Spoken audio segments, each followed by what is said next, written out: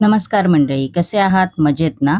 आज आपण वांग्याची कापं ही घरच्या घरी कशी करायची ते पाहणार आहोत. चला तर रेसिपीला सुरुवात करायची आहे.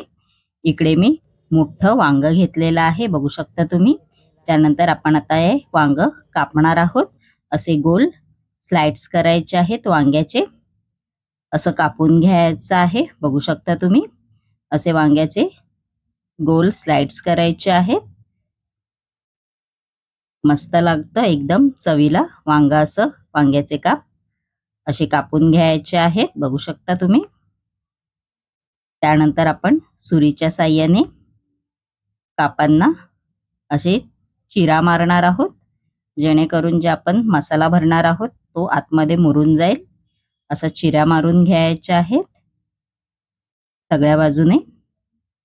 त्यानंतर आपण मसाला तयार करणार आहे. इकडे मी आलं, लसूण, मिरची असं पेस्ट केलेली आहे.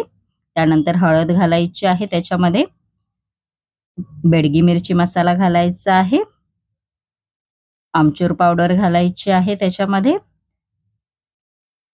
किचन किंग मसाला घालायचा आहे, चवीनुसार मीठ घालायचं आहे व मिश्रण हे आपल्याला मिक्स करून घ्यायचं आहे. हाताच्या साहाय्याने असं मिक्स करून घ्यायचं, बघू शकता तुम्ही.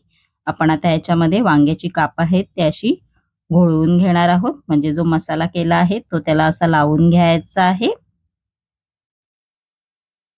व 10 मिनिटं आपण असंच हे ठेवून देणार आहोत, जेणेकरून मसाला आहे तो त्याच्यामध्ये मुरून जाईल. त्यानंतर इकडे मी 2 चमचे रवा घेतलेला आहे व 2 चमचे बेसन पीठ घेतलेलं आहे, असं मिक्स करून घ्यायचं. त्यानंतर याच्यामध्ये बेडगी मिरची मसाला घालून घ्यायचा आहे, अर्धा चमचा, तो सुद्धा असा मिक्स करून घ्यायचा आहे. नंतर याच्यामध्ये वांग्याची कापं घोळवायची आहेत, बघू शकता. त्यानंतर फ्राय पॅनवर मस्तपैकी असं तेल घालून घ्यायचं आहे. मग एक एक करून अशी वांग्याची कापं फ्राय पॅनवर फ्राय करायला ठेवून द्यायची आहेत. गॅस इकडे मी मंद आचेवरच ठेवलेला आहे, बघू शकता तुम्ही. आता दुसऱ्या बाजूने शेकून घेणार आहोत, बघू शकता. आपली वांग्याची कापं तयार झालेली आहेत, बघू शकता तुम्ही. माझी ही रेसिपी जर तुम्हाला आवडली असेल तर नक्की माझ्या चॅनलला सबस्क्राइब करायला विसरू नका. धन्यवाद.